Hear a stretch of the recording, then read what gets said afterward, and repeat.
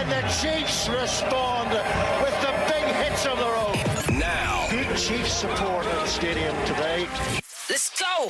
News, views, and behind-the-scenes chats from Sandy Park. This is the Exeter Chiefs podcast with Rhino and Bentos. Welcome. It's another podcast. We've just been chatting before we started recording about the TJ testimonial calendar.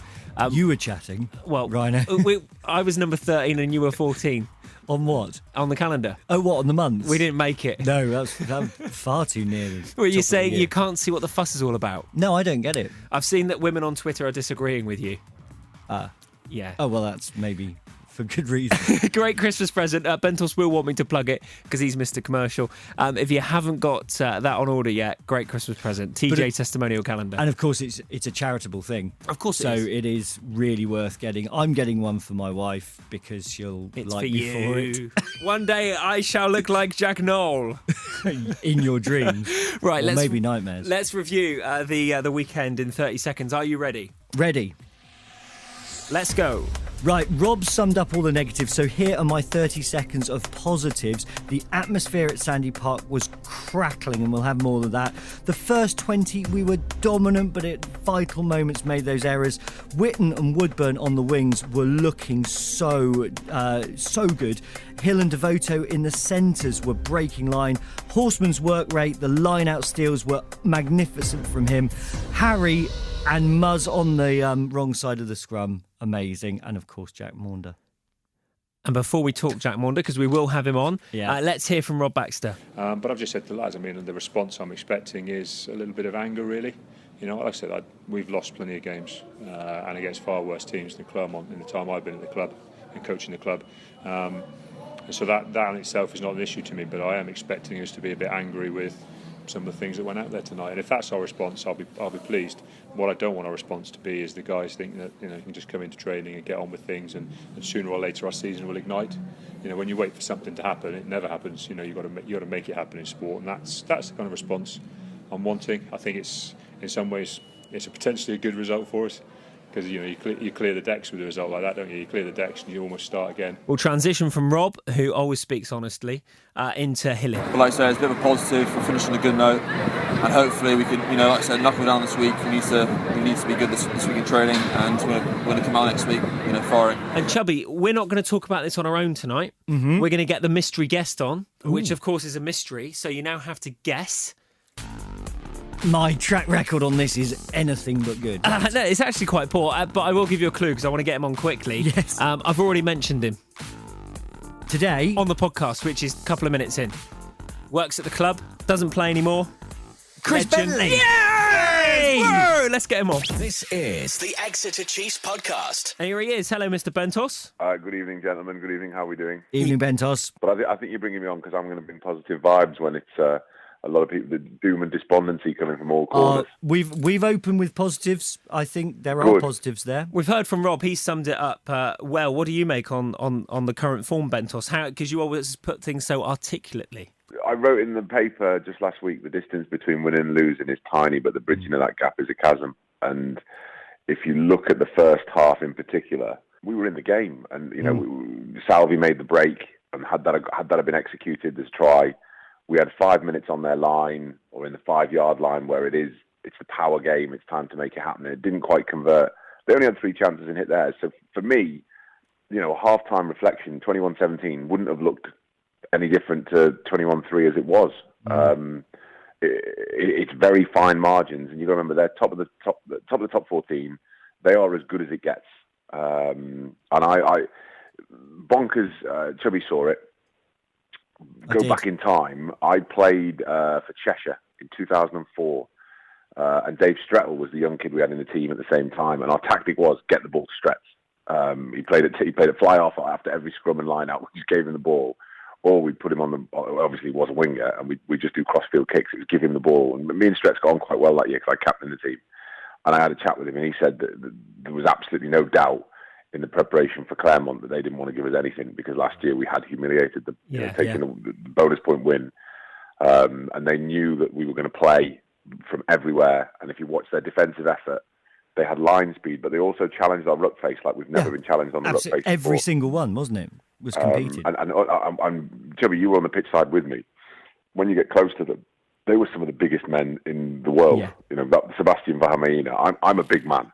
And He made you look averagely normal. Well, he must have been big then. The term I used was petite. Yes, sorry, that's what I mean. It's just, we were lacking it's not a case of let's throw it all out and start again. The Chiefs are a good team. We've got absolutely. a lot of international players in our squad. There's something that's not quite right, and I think in Rob we trust. There's no need to panic, and I see a lot of the forums and a lot of people are getting disparaging and down. At this moment in time, we're fifth in the Premiership and we're playing in the European Champions Cup. And from my perspective, that's pretty good. We had a back line for the last half hour that, barring old man Witten, were all under 24 years of age.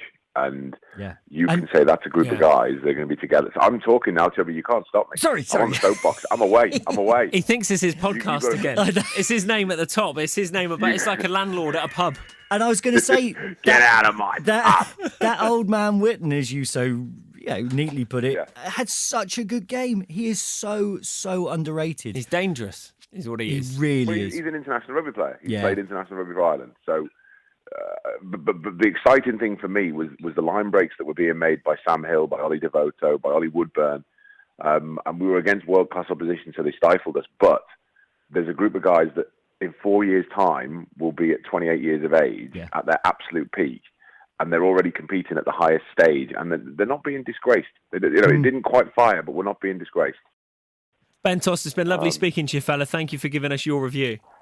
Hey, guys, no worries. The bottom line is, big game this week with Ulster, but everybody in the tribe, you make sure 30th of the month you are at Sandy Park when we play Bath. Bath on the floor there. Well put. News, views, and behind-the-scenes chat from Sandy Park. This is the Exeter Chiefs podcast. So he had his massive moment yesterday, Chubby. He's becoming a bit of a regular. He's here more than the other co-hosts. I don't like to say that if you get interviewed as the mystery guest on the podcast, you then go on and debut beautifully. But we've got 100% record thus far. Yeah. I'm not sure about that. What I want to know, because we've talked about scorelines and all that till we're blue in the face, what I want to know is when you showed up on the telly yesterday and you were just about to come on and they put you back on the bike, what was going through your head? I honestly, I really don't know. I was so nervous. No, you look focused, Jack. Yeah. Seriously, really? from standing next to you, I felt more nervous than you looked. Honestly, I kept looking around and people did look more nervous, and that just made me feel even more nervous. I got told that I was going on at 55 minutes, and I looked at the clock and it said 54. So there wasn't much time to. Yeah. There wasn't much time to. Really think about it, which was probably for the best. And what was it like going on and then having to do your job and you know and communicate and boss around in what was a very big game against a very big team? How was that for you? I just wanted to get the first pass away, and I think after I got the first pass away, it was you kind of get into it and you kind of get into the rhythm of the game and stuff. So it was just that first pass that I just needed to get away, and that Stino gave me a nice few words of encouragement as I ran on, and they showed that on the TV. I saw him doing that. Yeah. So that was nice, and I spoken to Slady beforehand and stuff. So yeah, it was just about getting on there and enjoying it, I think. Well, congratulations again, Jack. We're really proud of you. Thank you. Like Thank the you brothers you never wanted. No, that's not true. Or needed. Cheers. Anyway, cheers, Mark. This is the Exeter Chiefs podcast. We welcome back Emma to the Exeter Chiefs podcast. We're going to talk Europe this week then, Emma. Yes, we are. A round one of Champions and Challenge Cup that was obviously overshadowed by the tragic news of Anthony Foley's passing that certainly was extremely shocking for everybody, and I think we're all in disbelief and put a cloud over the action. It makes you realise, what's important, and rugby seems a bit trivial to talk about after news like that. The news broke as I was driving up to the club, and I was very relieved that our match day crew had got a tribute ready, and on the broadcaster we had that minute silence that was so needed and beautifully respected by everyone at Sandy Park as well. It was a horrible moment. I know that the rest of the competition will be played with him at the forefront of all of our minds, and hopefully it can be a competition that he would have been proud to have been part of. This is the Exeter Chiefs podcast. What would you say were the main highlights of the European action over the weekend? And feel free to talk Chiefs. I will talk Chiefs, but first I think I have to discuss Saracens. Their performance at the Stade Felix Mayol, a place which is so difficult to win at. Yeah. And the opening half, the first 40 minutes was poetry in motion. It was some of the best European rugby I think all of us have ever seen. And there's, individuals going back years and years. Some of the reporters that have been reporting for donkey's days, longer than I think I've been alive, were saying it was the best rugby that they've seen. Their forwards looked like All Blacks forwards. It was a handling between, the pats and the backs. They were clinical. I mean, Billy and Mako Vunipola had huge games. Yes. And then you had Owen Farrell, who hadn't played competitive rugby since June, I believe, and looked as if he'd never been away. He was superb. It was a massive statement from Saracens over in France. Who else do you think has looked in kind of rude form over the weekend, would you say? I think, well, obviously, Wasps' 82-14 victory stands out. Now, with this, I'm not going to get over, shouting from the rooftops. Wasps are a very, very good side. We've seen this in the opening rounds of the Premiership, and they were men against boys against Zebra. But that's why I'm sort of dumbing down my excitement a little bit, because their true test will be against Toulouse next weekend, and that's where we'll see the true test of their mettle and have they learnt those lessons from their match against Saracens against Allianz Park, because we know they can score points. We saw them score more tries than I can count.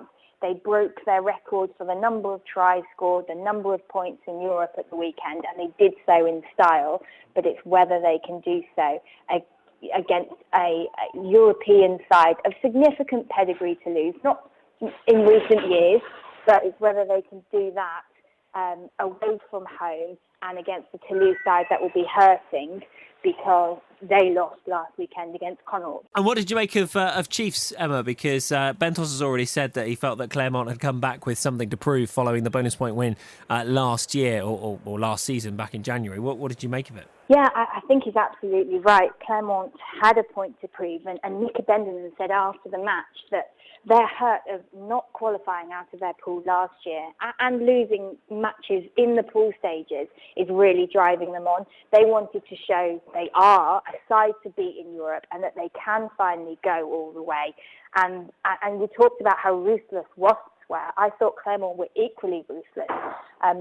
They started strongly and they never let their foot off the accelerator, although there was that period in the second half where the Chiefs had a significant amount of ball in the right area of the field, but they just weren't able to convert it.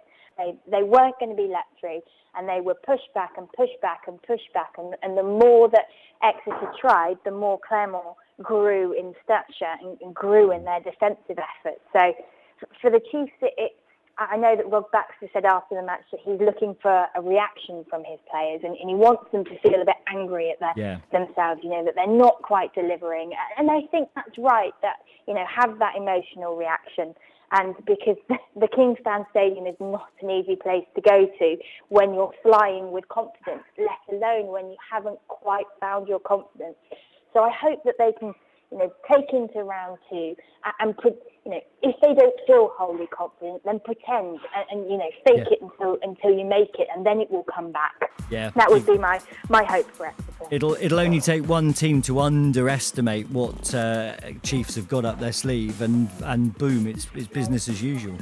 Thank you, Emma. Lovely speaking to you again. Cool, thank you. We'll have you back on next week when we catch up with Alec and Harry. Yes, Chubby, they're back in the studio. Hooray! The boys are back. We'll speak to you next week. Your behind-the-scenes access to Sandy Park with Rhino and Bentos. Thank you. The Exeter Chiefs podcast.